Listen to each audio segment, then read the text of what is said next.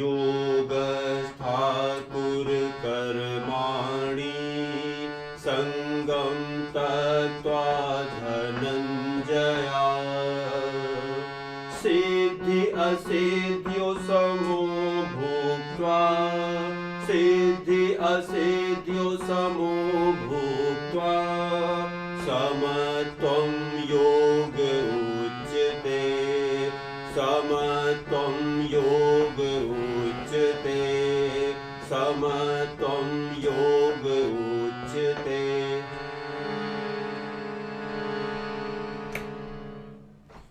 आप सभी को मेरा सादर प्रणाम। मेरा भी प्रणाम। आज हम लोग नया पेपर स्टार्ट करेंगे और ये देखिए इसका क्या नाम है, श्रीमद् भगवद गीता। जिन बच्चों ने, जो बच्चे योग से एमए कर रहे हैं या बीए योगा कर रहे हैं या पीजी डिप्लोमा इन योगा कर रहे हैं या योगा नेट की तैयारी कर रहे हैं, तो जिन स्टूडेंट्स का एक पेपर गीता और उपनिषद, एक पेपर होता है श्रीमद् गीता और उपनिषद, उनके लिए ये वीडियो बहुत ही यूजफुल है। और वैसे भी जो लोग योग की पढ़ाई नहीं भी कर रहे हैं तो गीता तो कितनी अच्छी चीज है, उनके लिए भी ये वीडियो तो किसी के लिए भी यूजफुल हो जाएगा। और आज हम लोग क्या करेंगे, किस यूनिवर्सिटी का है दिखाइए सबको, जो हम लोग क्वेश्चंस कर रहे हैं। उत्तर प्रदेश राष्ट्रीय टंडन मुक्त विश्वविद्यालय प्रयागराज। हाँ, राजेश टंडन ओपन यूनिवर्सिटी के क्वेश्चंस कर रहे हैं। लेकिन ये तो जैसे पिछले भी वीडियो में हमने कहा था कि भाई ये सब्जेक्ट गीता किसी यूनिवर्सिटी की थ्रू नहीं होती, गीता तो सारे यूनिवर्सिटी में है। जो लोग भी योग से कोई भी कोर्स कर रहे हैं, एमए बीए पीजी डिप्लोमा कुछ भी कर रहे हैं, तो अगर वो सब्जेक्ट है तो ये वीडियो उनके लिए बहुत ही यूजफुल हो जाएगा। तो चलिए आज हम लोग स्टार्ट करते हैं। पहला क्वेश्चन बताइए क्या है, वो कॉपी हमको दे दीजिए। पहला क्वेश्चन बताइए क्या है। पहला क्वेश्चन है श्रीमद् भगवद गीता की विषय वस्तु का सामान्य परिचय दीजिए। टोटल देखिए इसमें तो टोटल क्वेश्चन प्रियंका कितने हैं?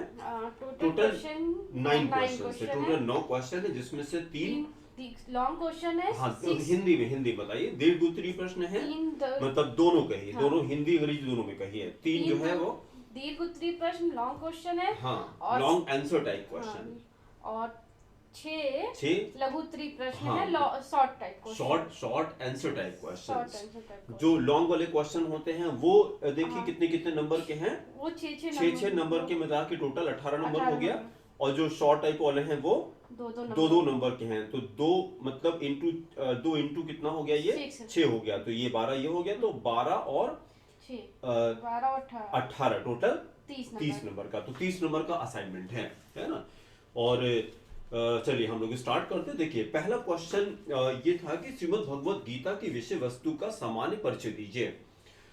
अगर ये हम लोग कहते हैं कि जैसे अभी हम लोगों ने श्लोक स्टार्ट किया, तो जो भी योग के, जो हम लोग का एक पेपर था योग के आधारभूत तत्व, जो पीजी डिप्लोमा भी करते हैं या योग का कोई भी कोर्स कर रहे हैं, बीए कर रहे हैं, एमए कर रहे हैं, तो पतंजलि योग सूत्र है वहां भी आता है, या योग के आधारभूत तत्व का जो पेपर आता है उसमें योग की डेफिनेशन पूछी जाती है। तो जब योग की डेफिनेशन हम लोग करते हैं तो कई डेफिनेशन में एक डेफिनेशन ये जरूर आती है कि श्रीमद् भगवद गीता के अनुसार क्या डेफिनेशन है। तो उसमें देखिए सारे बच्चे ये लिखते हैं, ये गीता के दूसरे अध्याय का 48वां श्लोक है, जिसमें ये कहा जाता है कि समत्वम योग उच्यते, मतलब समता को ही, जय पराजय की स्थिति में हो या दुख हो या लाभ हानि हो, सब परिस्थितियों में जब सम बना रहता है उसी को योग कहा जाता है। हम ये आपसे रिक्वेस्ट करें कि भाई आप अगर एमए के स्टूडेंट हैं तो वो छोटा सा ना याद करें, पूरा अगर श्लोक याद करते हैं तो टोटल 2 लाइन का श्लोक है। जैसे अभी हम लोगों ने किया था कि समत्वम योग उच्यते, तो ठीक है, इतना तो योग के नंबर लेने के लिए हो गया। लेकिन आप उसको फील करेंगे उसके पहले भगवान कृष्ण ने क्या कहा। डायरेक्टली ये नहीं कहा था, भगवान कृष्ण ने उसके पहले ये कहा था, योगस्थाः कुरु कर्माणि। योगस्था का मतलब क्या हो गया कि संभाव होकर के सारे कर्म करिए। योगस्था का ये मतलब है, योगस्थाः कुरु कर्माणि संगम त्यक्त्वा धनंजया। संग मतलब क्या होता है, आसक्ति होता है। तो सारी आसक्ति को छोड़ करके और संभाव होकर के सारे कर्म करिए। फिर क्या है, सिद्धि असिद्धियो समो भुक्त्वा। सिद्धि असिद्धियों का मतलब कि चाहे जय हो या पराजय हो, सिद्धि असिद्धियो समो भुक्त्वा जय हो या पराजय हो, लाभ हो चाहे हानि हो, दुख हो सुख हो, सब में समभाव होकर के सारे अपने कर्म करिए। और उसी को क्या बताया कि समत्वम योगा उच्यते, समत्वम योगा उच्यते।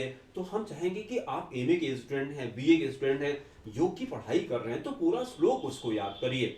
धीरे धीरे करते करते करते करते याद हो जाएगा। और अभी हम क्या कर रहे हैं कि खाली जितने भी इसके श्लोक हैं हम उनको अलग से भी ट्यूटोरियल बनाते हैं, तो आपको हम बाद में इसी चैनल पर आप सब्सक्राइब कर लीजिए चैनल को, तो जब भी नोटिफिकेशन आएगा तो आपको पता लग जाएगा। गीता के जो लोग गीता सीखना चाहते हैं, केवल गीता के श्लोक करना चाहते हैं, उसका मीनिंग भी हम एक्सप्लेन करेंगे, अलग से वीडियो बनाएंगे। यहाँ पे खाली हम लोग क्वेश्चन सॉल्व करते हैं। तो चलिए थोड़ा सा इंट्रोडक्शन देखिए क्या कह रहे हैं कि श्रीमद् भगवत गीता का परिचय कैसे है। स्क्रीन पर देखिए, सामने आपको दिखाई पड़ रहा होगा। श्रीमद् भगवत गीता को यदि योग का मुख्य ग्रंथ कहा जाए तो कोई अतिशयोक्ति नहीं होगी। नहीं। अगर प्रियंका ये देखिए, टोटल गीता में कितने चैप्टर होंगे? हाँ, टोटल 18 अध्याय हैं, टोटल 18 चैप्टर हैं, ठीक है। और जब आप देखेंगे, अभी तो एक एक करके हम आपको बताएंगे, सारे अध्याय का जो नाम है उसके साथ में योग शब्द जुड़ा हुआ है। जैसे पहला चैप्टर करते हैं तो अर्जुन विषाद योग उसका नाम है, योग साथ में जोड़ा गया। फिर अगर दूसरे चैप्टर की बात करते हैं तो सांख्य योग कहा गया दूसरे चैप्टर को। सब जगह सारे चैप्टर में योग आ रहा है, तो इसलिए ये सेंटेंस तो आपको याद भी हो जाना चाहिए। और जो अतिशयोक्ति का मतलब क्या होता है? अतिशयोक्ति मतलब जैसे ये कहते हैं कि ज्यादा बढ़ा चढ़ा के नहीं बोल रहे हैं, हाँ, अतिशयोक्ति का ये मतलब हो गया। तो देखिए सेंटेंस सही है ना। श्रीमद् भगवत गीता को यदि योग का मुख्य ग्रंथ कहा जाए तो कोई अतिशयोक्ति नहीं होगी। क्यों? क्योंकि सारे चैप्टर के लास्ट में क्या वर्ड आ रहा है? योग शब्द आ रहा है। तो सारे चैप्टर में अगर योग वर्ड है तो योग का ही तो ग्रंथ कहे हम इसको ना। फिर देखिए, योग के आदि प्रवक्ता, आपने जब योग के आधारभूत तत्व तो पढ़ा होगा तो वहां पर आता है कि भगवान शिव को हम लोग आदि योगी कहते हैं। आदि योगी का मतलब है जिन्होंने योग की शुरुआत किया था, उनको आदि योगी कहते हैं। और यहां पे देखिए क्या शब्द आ रहा है, इसमें भगवान कृष्ण को हम आदि प्रवक्ता कह रहे हैं। तो प्रवक्ता कहते हैं जो बताने वाला होता है, जो वक्ता होता है। तो यहां देखिए योग के आदि प्रवक्ता। तो एक क्वेश्चन देखिए हम लोग को और भी तैयार हो गया, जो लोग नेट की तैयारी कर रहे हैं या ऑब्जेक्टिव क्वेश्चन की तैयारी कर रहे हैं, तो आदि योगी किसको कहते हैं और योग का आदि प्रवक्ता कौन है? दो क्वेश्चन हमारे तैयार हो गए। तो आदि योगी किसको कहा जाए? भगवान शिव को कहा जाए। और योग के आदि प्रवक्ता कौन है? तो भगवान श्री कृष्ण हैं। तो एक क्वेश्चन ये भी हमारा कंप्लीट हो गया। तो कह रहे हैं कि योग के आदि प्रवक्ता स्वयं भगवान कृष्ण हैं, इसलिए उन्हें योगेश्वर भी कहा जाता है। हो सकता है ये नाम सुना होगा सबने, योगेश्वर। क्या मतलब हो गया? नहीं नहीं, इस शब्द का मतलब क्या? योगेश्वर क्यों कहा जाता है उनको? क्योंकि योग के ईश्वर हैं वो। नाम तो सुना है लेकिन उसका मतलब नहीं पता होता है कि योगेश्वर का मतलब क्या है, कि वो योग के ईश्वर हैं, योग के भगवान हैं। भाई जिस चीज को हर चीज से महारत हासिल हो जाती, अगर आपको जानकारी हो तो सचिन तेंदुलकर को किस नाम से जाना जाता है? गॉड ऑफ क्रिकेट के नाम से जाना जाता है, गॉड ऑफ क्रिकेट के नाम से। तो उनको क्रिकेट का भगवान कहा गया, ईश्वर कहा गया। उसी तरह से भगवान कृष्ण को क्या कह रहे हैं? योगेश्वर कहा जाएगा। तो ये शब्द आपको याद हो जाएगा। योगेश्वर क्यों कहते हैं? क्योंकि वो योग के ईश्वर हैं। नो, ईश्वर हैं, योग के भगवान हैं, क्योंकि योग के गॉड हैं कहा जाता है। अच्छा, आदिकाल में भगवान कृष्ण ने गीता का उपदेश सबसे पहले किसको? सर्वप्रथम सूर्य भगवान को दिया। सूर्य ने अपने पुत्र वैश्वश मनु को दिया, जिसको खाली मनु के नाम से हम लोग जानते हैं। मनु स्मृति जानते होंगे, मनु स्मृति के रचयिता वही मनु थे। और वो कौन थे? वो भगवान सूर्य के पुत्र थे। उनसे कहा, और फिर मनु ने अपने पुत्र राजा इक्ष्वाकु से कहा। तो वो परंपरा से चलती चली आ रही। इक्ष्वाकु से कहा। इस प्रकार योग को ऋषियों ने जाना। लेकिन शुरुआत किसने किया? भगवान कृष्ण ने ही शुरुआत किया। सबसे पहले किसको बताया? तो भगवान सूर्य भगवान को बताया। फिर उन्होंने अपने पुत्र को बताया, वो कौन था? जिसको मनु कहते हैं। फिर मनु का पुत्र कौन था? तो राजा इक्ष्वाकु था। इसी तरह से फिर सारे ऋषियों को पता लगा है। लेकिन फिर क्या कह रहे हैं कि परंतु इसके बाद यह योग बहुत काल से इस पृथ्वी लोक से लुप्त हो गया। उसी योग को भगवान कृष्ण ने अर्जुन से कहा है और इसी को गीता के नाम से जाना जाता है। अच्छा, फिर देखिए क्या कह रहे हैं, श्रीमद् भगवत गीता के प्रत्येक अध्याय को योग की संज्ञा दी गई। अभी ये बात शुरू में कह रहे थे ना कि जितने चैप्टर हैं गीता के उसके लास्ट में योग शब्द जरूर आता है। अच्छा, गीता में कुल कितने श्लोक हैं? 700 श्लोक हैं, टोटल 700 श्लोक हैं। और अध्याय देखिए कितने हैं टोटल? 18 अध्याय हैं। 18 अध्यायों का नाम देखिए जो इस प्रकार है। पहला चैप्टर कौन सा है? अर्जुन विषाद योग। सबके लास्ट में देखिए योग आ रहा है। दूसरे चैप्टर को बोलते हैं सांख्य योग। सांख्य योग को ही और किस नाम से जानते हैं? तो गीता सार के नाम से जानते हैं। इसी को गीता सार के नाम से जानते हैं। आपको जब भी टाइम मिलता है तो अभी हम अलग से वीडियो बनाएंगे, गीता सार के नाम पे बनाएंगे। दूसरे अध्याय में जाइए, वहां पर जो श्लोक नंबर 54 है, मतलब 2.54 है, उसमें अर्जुन कृष्ण भगवान से क्वेश्चन करते हैं। और वो क्या क्वेश्चन करते हैं कि भगवान जो स्थित प्रज्ञ लोग होते हैं, स्थित प्रज्ञ मतलब जिनकी प्रज्ञा, जिनकी विजडम स्थिर हो जाती है, वो लोग कैसे कैसे बोलते हैं, कैसे बैठते हैं। वहां पे इस तरह का श्लोक आता है ना, स्थिर प्रज्ञस्य का भाषा समाधिस्थस्य केशवा। स्थिर प्रज्ञ से मतलब जिसकी प्रज्ञा स्थिर होती है उसको बताइए। और फिर समाधिस्थस्य केशवा, केशवा तो भगवान केशव कहा जाएगा। और फिर आगे क्या हो रहा है? स्थित धी किम प्रभासे, प्रभासे मतलब कैसे बोलते हैं। स्थित धी किम प्रभासे किम आसीत ब्रजेत किम, आसीत मतलब बैठते हैं, ब्रजेत मतलब कैसे चलते हैं। तो देखिए 3 चीजें हो गई। अगर ये करते हैं कि 4 क्वेश्चन उसमें भगवान से पूछा उन्होंने कि जो स्थित प्रज्ञ लोग होते हैं वो कैसे, क्या भाषा होती है, कैसे बोलते हैं, कैसे बैठते हैं और कैसे चलते हैं। तब उन्होंने फिर आगे ज्ञान देना शुरू किया। तो आप आगे से क्या करिए, जिसको गीता सार कहा जाता है, तो फिर अगले श्लोक से लेकर के, ये 54 श्लोक था और अगला श्लोक 55 हो जाएगा ना, 55 से लेकर के 72 तक, 72 तक, इन्हीं ये 18 श्लोक है, इन्हीं को गीता का सार कहा जाता है। तो जब भी आपको टाइम मिले तो ये आप करिएगा। हम अलग सी वीडियो बना करके खाली 18 श्लोक ही आपको याद कराएंगे। धीरे धीरे मेरे साथ से प्रोनाउंस करिएगा। फिर जैसे अभी हमने किया कि आप पहले, हमको भी गीता पढ़ने में दिक्कत होती थी, संस्कृत में दिक्कत होती थी, लेकिन फिर ये होता है जब जुनून होता है, पैशन होता है, तो आप रास्ता अपने आप निकाल लेते हैं। हमने क्या किया, उसको बार बार करते करते याद होने लगा। और फिर क्या होता है, जो भी आता है बस उसको सुनाते हैं। किस लिए सुनाते हैं? कि हेजिटेशन खत्म हो सके। कि शुरू में आदमी सोचता है कि भी हंसेंगे, क्या करेंगे, लेकिन जब आपको ये पता लग जाए, आप दिमाग को ये सोचिए कि हम ये गीता नहीं पढ़ रहे हैं, ये भगवान कृष्ण के शब्द हैं जो हमारे थ्रू, जैसे ये होता है कि अगर हम आपको ये दे दें, कह दें कि ये प्रसाद है ये, तो अब आप पूछेंगे कि ये इसमें क्या आपने क्या डाला है, किस चीज से बनाया है प्रसाद? नहीं पूछा जाता है, क्योंकि प्रसाद शब्द ऐसा होता है कि आप उसको क्या करोगे, बिना पूछे तुरंत फिर माथे लगा करके तुरंत क्या करते हैं, खा लेते हैं, ग्रहण कर लेते हैं। तो उसी तरह से अगर गीता को आप भगवान कृष्ण का प्रसाद मान लीजिए, तो अब क्या होगा, अंदर देखिए, मैं बोल रहा हूं, मेरे रोए खड़े हो जाते हैं, क्योंकि मैं अंदर से फील करने लगता हूं कि अगर इसको प्रसाद मान करके भगवान कृष्ण के ये शब्द हैं। अगर आपको ये बता दें कि जो विवेकानंद के गुरु जी हैं, रामकृष्ण परमहंस, वो ये कहते थे कि ये किताब नहीं पढ़नी चाहिए। वो कहते किताब नहीं पढ़नी चाहिए, लेकिन इसके लिए कहते कि गीता के लेके कि गीता खूब पढ़ना चाहिए, क्योंकि ये कोई किताब नहीं होती है। क्यों नहीं होती है? क्योंकि ये तो भगवान कृष्ण की क्या है, वाणी है, तो ये किताब नहीं है, तो ये भगवान कृष्ण की वाणी है, इसको खूब पढ़ना चाहिए। तो आप करते करते आ जाएगा, है ना, मेरे साथ साथ आप करते रहिए तो आ जाएगा आपको। फिर चलिए सारे चैप्टर देखिए कौन कौन से चैप्टर हैं। तो अर्जुन विषाद योग है। इस चैप्टर में क्या कहा गया है कि अर्जुन के सारे क्वेश्चंस हैं कि किसको मारें, किसको कैसे करें, वो सारी प्रॉब्लम है। फिर दूसरा सांख्य योग है। तीसरा क्या है, कर्म योग है। चौथे चैप्टर को क्या कहते हैं, ज्ञान कर्म संन्यास योग, इसी को दिव्य ज्ञान अथवा ब्रह्म ज्ञान भी कहा जाता है। फिर 5वां चैप्टर है कर्म संन्यास योग।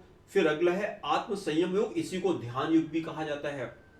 फिर क्या है, ज्ञान विज्ञान योग, इसी को भगवत ज्ञान कहा जाता है। अक्षर ब्रह्म योग, भगवत प्राप्ति कहा जाता है। राज विद्या राज गुहा योग, इसको परम गुहा ज्ञान कहा जाता है। विभूति योग, अभी जब हम लोग वहां पे चल रहे थे, पतंजलि योग सूत्र जब कर रहे थे, तो उसमें 4 चैप्टर आए थे ना, समाधिपात था, साधनपात था, विभूतिपात और कैवल्यपात। तो विभूति का मतलब क्या होता है? विभूति का मतलब क्या हो गया? विभूति का मतलब है कि जो जो उपलब्धियां हमको मिलती हैं उसी की विभूति कहते हैं। तो विभूति योग में भगवान श्री कृष्ण ने क्या बताया कि उनके जो भगवान के ऐश्वर्य हैं उसके बारे में बताया गया है। हाँ, और फिर अगला चैप्टर है विश्व दर्शन रूप। विश्व दर्शन योग है, इसी में विराट रूप इसी को कहा जाता है। इसी में अपने भगवान ने पूरा विराट रूप दिखाया था। और फिर अगला क्या है? भक्ति योग है, 12वां चैप्टर भक्ति योग है। फिर क्षेत्र के विभाग योग है, इसी को यहीं पर प्रकृति, पुरुष तथा चेतना के बारे में बताया गया। अगर जो लोग योग के स्टूडेंट्स हैं वो इस सेंटेंस को अच्छे से समझ पाएंगे और ये कहा जाए कि इस पूरे सृष्टि का निर्माण केवल दो चीजों से होता है, पुरुष और प्रकृति से। पुरुष का यहाँ पे मतलब स्त्री पुरुष वाला पुरुष नहीं है। पुरुष उसको कहा जाता है जिसको चेतना कहा जाता है। तो चेतना का अर्थ तो स्त्री पुरुष से नहीं होता है, चेतना तो सबके अंदर वही होती है, ठीक है, उसको पुरुष कहा जाता है।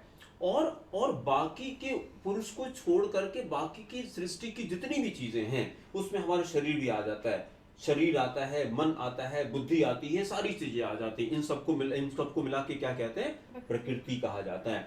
तो ये तीन चीजों का डिस्कशन हम लोग उस चैप्टर में सीखेंगे। फिर अगला चैप्टर कौन सा है? तो गुणत्रय विभाग है। योग प्रकृति के तीन गुण बताए गए हैं। कौन कौन से? राजसी प्रवृत्ति होती है, राजसी होता है, फिर तामसी होता है और सात्विक होता है। ये तीन गुण प्रकृति के बताए गए हैं। फिर 15वां चैप्टर होगा जिसे पुरुषोत्तम योग कहा गया। फिर 16 होगा देवासुर संपद विभाग है, इसमें दैवी तथा असुरी स्वभाव को बताया गया है। और फिर 17 है श्रद्धातय विभाग योग है या श्रद्धा के विभाग हैं। और लास्ट में क्या बताया?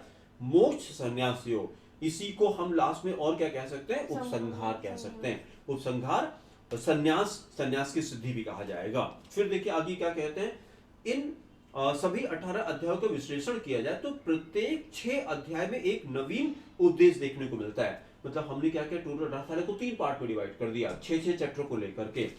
प्रथम 6 अध्याय को कर्म योग के अंतर्गत रखा गया, पहले 6 चैप्टर को कर्म योग के अंतर्गत रखा गया। अगले 6 अध्यायों में भगवान कृष्ण ने भक्ति योग का उपदेश दिया है, ये भक्ति योग में आ जाता है। और फिर अंत के जो 6 अध्याय हैं भगवान कृष्ण ने कुछ विशिष्ट एवं गूढ़ सिद्धांतों की मीमांसा मतलब एक्सप्लेनेशन होता है, मीमांसा की है, जिन्हें समझने के लिए योग को पूर्णतः व्यवहार में लाना अत्यंत आवश्यक है।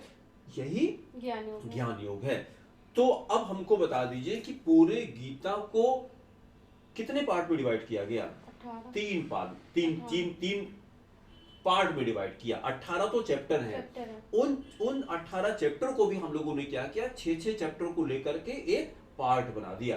पहला पार्ट कहाँ है? पहले 6 चैप्टर हैं उनको कहा कर्म योग कहा, फिर अगले को भक्ति योग कहा, फिर ज्ञान योग कहा, 3 पार्ट में। अब इसी को थोड़ा और स्टडी करते हैं। फिर देखिए क्या कह रहे हैं कि श्रीमद् भगवत गीता में योग शब्द को अनेक अर्थ में प्रयोग किया गया है, परंतु मुख्य रूप से गीता में ज्ञान योग, कर्म योग और भक्ति योग, इन तीनों मार्गों का विस्तृत रूप से वर्णन किया गया। तो अब थोड़ा तो आप किसी को बता सकते हैं ना कि गीता में मेनली किस चीज की टीचिंग है? तो 3 चीज की टीचिंग है। क्या क्या है? ज्ञान योग, कर्म योग और भक्ति योग है। अब एक एक करके थोड़ा जान लेते हैं इसके बारे में।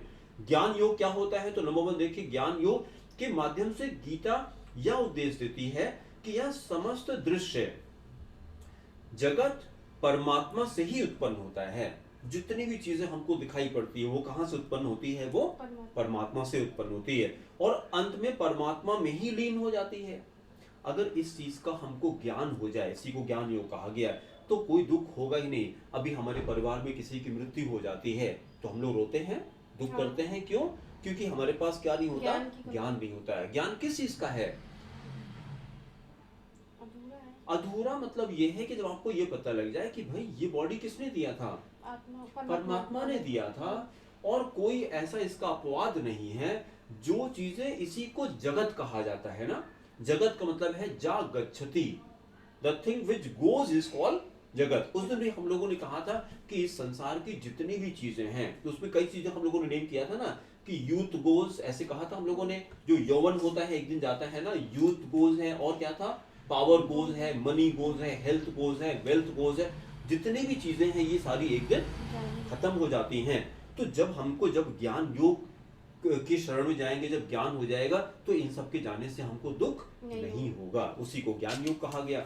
अच्छा, और इसका एक क्वेश्चन अगर बीइंग अ योग स्टूडेंट, योग के जो स्टूडेंट्स हैं उन्हीं के क्वेश्चन ही करें कि समस्त दुखों का कारण क्या है? बस और कुछ नहीं, अविद्या उसी को कहा जाएगा। तो इसी चैप्टर में अगर हम लोग गीता पढ़ना शुरू कर दें, गीता लोग सोचते हैं कि जब बुढ़े हो जाते हैं तब पढ़ने की जरूरत है, नहीं। गीता क्या है? ये जीवन जीने की कला आपको सिखाती है। गीता जो है, अगर ज्ञान योग ही समझ में आ जाए तो आपको दुख होगा ही नहीं। भाई अभी हर एक इंसान सुखी होना चाहता है, लेकिन उसको तरीका नहीं पता होता है कि कैसे हम सुखी से सुख के साथ रहा जाए। तो अगर ये पता लग जाए, जो महर्षि पतंजलि ने पंचक्लेश की बात की थी, जहां पर है ना, पंचक्लेश कौन कौन से थे? अविद्या, अस्मिता, राग, द्वेष, अभिनिवेश। उसमें से भी जो पहला वो जो कारण था, जो अविद्या थी, अविद्या को सारे दुखों की जननी कहा जाता है। वही यहां पर आ जाएगा। सबसे बड़ी अविद्या क्या है? सबसे बड़ी अविद्या इस मनुष्य मात्र की क्या है कि नित्य को अनित्य समझना, जो चीज टेम्परेरी है उसको परमानेंट समझ लेना। भाई शरीर तो ये तो एक दिन जाएगा, तो फिर इसका दुख क्यों करना है? ये कहा जाता है कि जब भगवान बुद्ध के लड़के की डेथ हुई थी, तो जब उनको खबर मिली है, तो एक सेकंड भी वो बिल्कुल भी परेशान नहीं हुए थे। उनका ये कहना था कि शरीर के जाने का दुख कैसा, वो तो एक दिन वैसे भी जाना था, है ना। और फिर उनके दिमाग में ये चल रहा था भगवान बुद्ध के कि दुख इसलिए होता है कि हम इसको शरीर समझ लेते हैं, जबकि ये क्या है? ये चेतना है, ये आत्मा है। और जहां तक शरीर की बात है, तो शरीर तो मरता है, संसार की सारी चीजें मरती हैं और आत्मा कभी नहीं मरती है। तो अब पहले तो यह हम डिसाइड कर लें कि हम हैं कौन। हम शरीर हैं कि हम आत्मा हैं?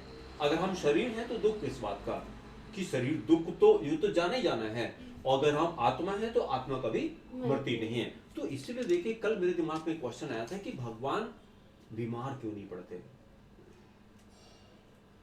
हमको सर्दी खांसी जुकाम होता, भगवान बीमार क्यों नहीं पड़ते? शरीर की वजह से। शरीर की वजह से नहीं है, क्योंकि भगवान का दूसरा नाम है सत चित आनंद, एग्जिस्टेंस, कॉन्सियसनेस, ब्लिस। जब आप परमानंद की स्थिति में होंगे तो बीमारी, सारी बीमारी का घर क्या है? भाई अभी किसी को डायबिटीज होती है, तो डायबिटीज किस लिए होती है? जब कौन सा ऑर्गन खराब होता है? तो पेंक्रियाज नहीं काम करता है। पेंक्रियाज को कौन गवर्न करता है? मस्तिष्क गवर्न करता, माइंड गवर्न करता। माइंड को कौन गवर्न करता है? हमारी इंद्रियां गवर्न करती हैं। इंद्रियां अगर हमारे वश में हो जाएं, अभी आप कहते हैं ना कि यार पढ़ाई करने का मन नहीं करता, तो ये मन आप कह रहे हैं कि मेरा मन नहीं करता, तो ये सेंटेंस ही गलत है। मेरा मन कैसे हो गया? जब आपके कंट्रोल में नहीं तो मेरा मन कैसे हो गया? तो बस वही अविद्या है। हम लोग टॉपिक पे आते हैं, नहीं तो फिर टाइम निकल जाएगा। ज्ञान योग पहले बताया, फिर दूसरा क्या बताया? कर्म योग बताया। गीता के दूसरे अध्याय में भगवान कृष्ण ने क्या कहा, यहीं से अभी हम लोगों ने जब इस वीडियो की शुरुआत किया था, तो ये आया था ना कि समत्वम योग उच्यते, उसी को मैंने गा करके पूरा श्लोक, अभी पूरा श्लोक याद करिए। और फिर आगे इसी में देखिए जरा, योगा कर्मसु कौशलम, ये कौन सा है? ये गीता का 2/50 है।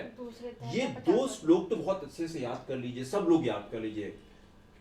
एक तो समत्वम योग उच्यते कहां पर है? ये क्वेश्चन भी आ सकता है कि ये श्लोक है कहां पर। तो जो दूसरा अध्याय है उसका क्या नाम है? सांख्य योग नाम है, या गीता का सार कहा जाता है। सांख्य योग के दूसरे चैप्टर को कहा गया 2/48 में समत्वम योग उच्यते कहा गया, और 2/50 में क्या कहा है? योगा कर्मसु कौशलम। इसके बाद भगवान कृष्ण ने तीसरे अध्याय में कहा है कि मनुष्य, तीसरा अध्याय कौन सा है? कर्म योग। तीसरा अध्याय कर्म योग है। और इसके बाद भगवान कृष्ण ने तीसरे अध्याय में कहा है कि मनुष्य एक क्षण भी कर्म किए बिना नहीं रह सकता है, इसलिए कर्म न करने की अपेक्षा कर्म करना श्रेष्ठ है। फिर तीसरा क्या है और आखिर क्या है? भक्ति योग। ये क्या है? गीता के 12वें अध्याय में है ना। अभी हम लोग की बात कर रहे थे ना चैप्टर नंबर 12 पे, ये भक्ति योग यहाँ पर है। गीता के 12वें अध्याय में भगवान कृष्ण ने कहा है कि ज्ञान योग तथा कर्म योग के लिए भक्ति का होना आवश्यक है। अगर आपके अंदर भक्ति नहीं है तो ज्ञान योग और कर्म योग आपके जीवन में नहीं। आ ही नहीं सकता है। ये कहा जाता है कि अगर कोई टीचर या आपका गुरु, अगर उसमें आप श्रद्धा नहीं रखते हैं, कभी आप ध्यान दीजिएगा, तो जहां पर भी आपको ये साईं भगवान की फोटो मिलेगी, जहां पर भी, जहां मंदिर होता है उनका, तो आप देखिएगा एक तरफ श्रद्धा लिखा रहता है, एक तरफ सबूरी लिखा रहता है। वहीं से शुरुआत होती है हर चीज की। अगर आपके अंदर श्रद्धा नहीं है तब भी कुछ नहीं, कोई फर्क पड़ेगा। और सबूरी का मतलब क्या है? सब्र है, मतलब अगर आपके पेशेंस नहीं है, अगर ये दो चीजें हैं तो आप कुछ भी कर सकते हैं। भक्ति योग का क्या मतलब हो गया कि भक्ति योग के ही हेल्प से, उसी के माध्यम से आप ज्ञान योग और कर्मयोग की प्राप्ति कर सकते हैं। तो देखिए क्या कहा गीता के 12वें अध्याय में भगवान कृष्ण ने कहा है कि ज्ञान योग तथा कर्म योग के लिए भक्ति का होना आवश्यक है, क्योंकि बिना भक्ति के निष्काम कर्म नहीं हो सकता। जब आप भक्ति नहीं करोगे, निष्काम का मतलब क्या है? कर्म के फल की इच्छा न करना, इसको निष्काम कर्म कहा जाता है। निष्काम कर्म हो ही नहीं सकता है। जब साधक भक्ति योग के माध्यम से अपना सर्वरूप भगवान को अर्पित कर देता है, तो सांसारिक पदार्थों से उसकी आसक्ति समाप्त हो जाती है और तभी वह परमात्मा को जान पाता है। ठीक है, चलिए, आपने बहुत ध्यानपूर्वक सुना। आज हम लोगों ने पहला क्वेश्चन ही कंप्लीट किया। इसी तरह से एक एक वीडियो में एक एक क्वेश्चन हम लोग करते रहेंगे और बाद में फिर हम लोग इनको इन्फॉर्मेशन दे दें कि जो असाइनमेंट है, अगर आपको टाइम मिलता है तो आप वीडियो को पॉज करके ये असाइनमेंट आप बना सकते हैं। और अगर नहीं आपके पास टाइम है, आप जॉब करते हैं, किसी भी रीजन से नहीं बना पाते, तो हम लोग असाइनमेंट भी आपको बनवा के प्रोवाइड करा देंगे। एक छोटा सा टोकन अमाउंट है, आप हमें 9415614156 वो नीचे नंबर आपको मिल जाएगा, इस नंबर पर आप संपर्क कर सकते हैं और असाइनमेंट हमसे भी बनवा सकते हैं। ठीक है, तो चलिए अब फिर अगला क्वेश्चन हम लोग अगले वीडियो में करेंगे। आप सभी को धन्यवाद और लास्ट में सभी को मेरा प्रणाम।